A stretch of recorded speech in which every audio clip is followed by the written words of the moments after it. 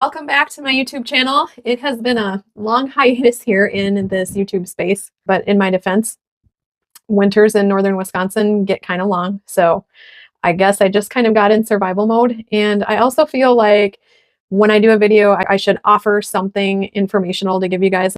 Nothing's come to me. Basically, today I just wanted to do a short video about what I did today. So a few months back, I recorded a video of getting rejected from this big market that I wanted to do. And today I did something just as scary, if not scarier. So, I am going to talk to you guys before I find out what happens. If I'm rejected from this, I'm not going to lie, it's going to be kind of another devastation. You guys are here along for the ride, right? And I guess it's just a reminder that I'm human, you're human, and we got to do the things that scare us, right? Because if we don't, how are we going to get to where we want to be? So, you know what? I'm going to take you along for all the highs and all the lows around here. So if lows aren't your thing, then you might want to skedaddle. Let's talk about it.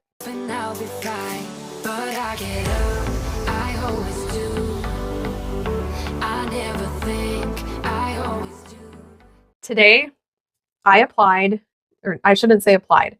I began the process. I reached out to a company called Velabox, which is a monthly candle subscription box company. They like to feature different artisan makers every month for their candle or candles that are featured in their boxes. To be honest, I have no idea, zero idea how many subscribers they have. So I have no idea if I am accepted, if I'm going to be making 100 candles or am I going to be making 1,000 candles, because for me, that is a big difference. I just reached out and told them why I thought I would be a good fit and just kind of threw in which scents I felt like might be a specifically good fit for them. I know their ingredients are top-notch ingredients because that's one of the, what's the word? I can't think. One of the requirements or prerequisites, that's one of the words I was trying to think of, is they do not allow any paraffin in their wax, and the fragrance oils must not contain phthalates, however you say that word, endocrine disruptors or anything carcinogenic. So that is one of the prerequisites to be a featured artisan for their box. So I know everybody who gets a candle featured on there have quality ingredients. My big thing that kind of sets me apart are my labels. And I like to think of them, I call them fun. And that was one of the things that I decided, if I wasn't going to use color in my candles, I wanted my labels to be fun and colorful. And to be honest, I started out with, let me show you. So this is my all-time bestseller from day one. This is Boho Sunset. And this is how my labels started out. I simply just wanted white with a little picture to give it some fun, I guess. And so all my, I call them OG scents, still keep the white label with the picture on it, just because I know some people want a more simple look. So now I've kind of turned it into very vibrant, more focused on the picture itself. And that's kind of my differentiator, because I like to make them fun. I like to give them personality, and that's just kind of been the thing that sets me apart. And so I am anticipating that could be a reason that I am rejected from being a featured maker for Velabox. But I have to remember, I thought of this going into it. So if that is why, I'm praying I can be prepared for the rejection and it's not going to hit me too hard, because then I'll just find a way to get a candle featured down the road. So is that what they call resiliency, or persistence, or annoying? But that's just the reality of being a product maker, a small business, an entrepreneur. That's part of being an entrepreneur, right? You do things and sometimes they work, sometimes they don't, which, speaking of, I can't remember if I had talked to you before about launching an influencer program. So I just want to talk a little bit about that. I decided to finally pull the trigger on launching an influencer program. So it was just in exchange for a free product.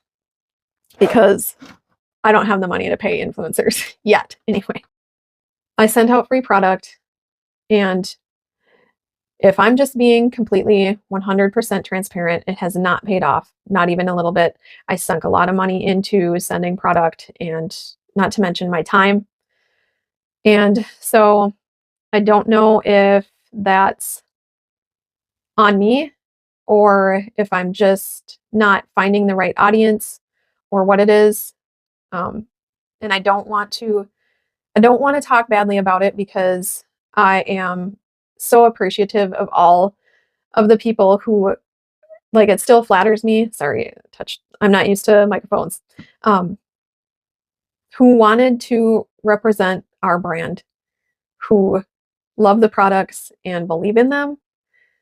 Because as I sent out the acceptance emails, I did kind of tear up a little bit because it was like, wow, this is real. People are actually wanting to throw my stuff out into the world and make videos about it.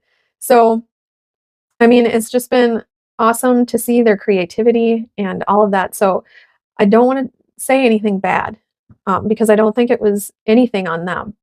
But I don't know if the timing isn't right or what it is.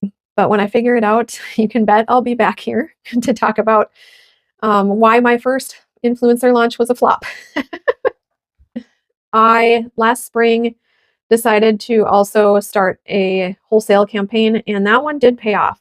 But I also sent more than half of what I sent out this last spring because I just I went all out. I was bound and determined to make it work.